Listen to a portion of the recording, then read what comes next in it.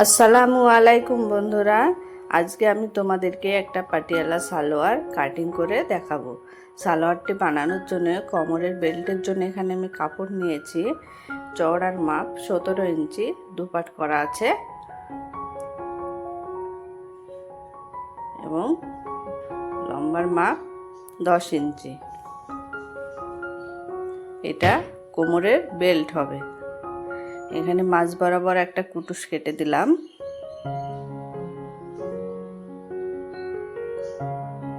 এবার এটা ঝুলের কাপড়, এটাকে আমি 4 পাট করে নিয়েছি। এটা 4 ভাঁজ করা আছে।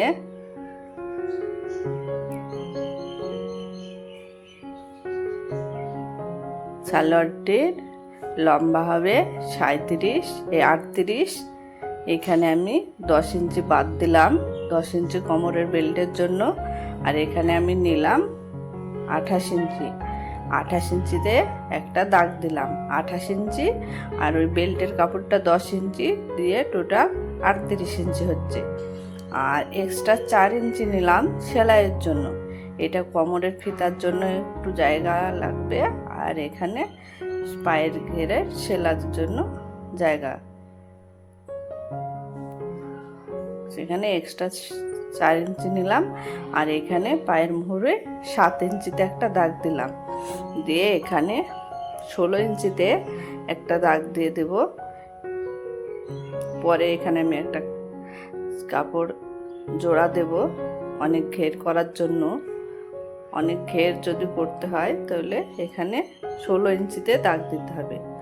আর যদি কেউ ঘের না করতে চায় তাহলে 8 ইঞ্চিতে দাগ দিয়ে দাগটাকে মিলিয়ে নিতে হয়।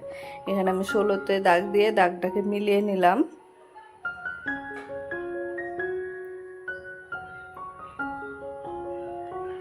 মিলিয়ে এবার আমি কাপড়টিকে কেটে নিলাম। এবার আমি অন্য কাপড় আছে, ওই কাপড় দিয়ে এখানে আমি জোড়া দেব। এখানে কাপড়টিকে আমি 4 ভাঁজ করে নিয়েছি।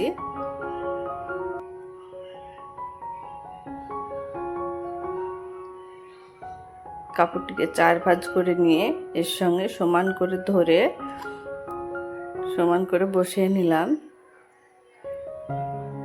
নিয়ে এখানে আমি 8 ইঞ্চিতে একটা দাগ দিব।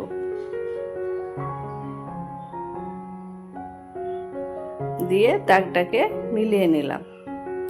8 ইঞ্চিতে দাগ দিয়ে ওইখান থেকে আমি যে 16 ইঞ্চিতে দাগ দিয়েছিলাম ওইখানে ফিতি ধরে দাগটা দিয়ে সমান করে নেব।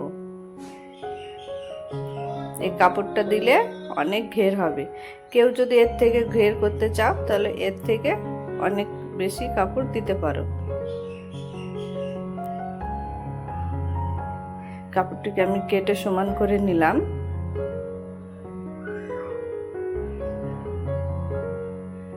মাঝে এখানে একটা জোড়া ছিল, তাই ওইটাকে আমি জোড়াটাকে কেটে নিলাম।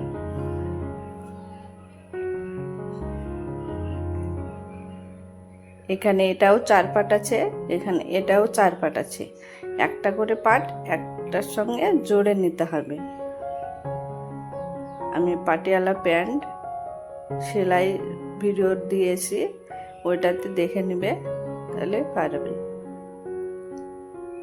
এটা 4টি পাট একই সেম এরম করে ধরে সেলাই করে জুড়ে নিতে হবে। ভিডিওটি যদি ভালো লাগে চ্যানেলটিকে সাবস্ক্রাইব করে রাখবেন আর কমেন্ট করে জানাবেন।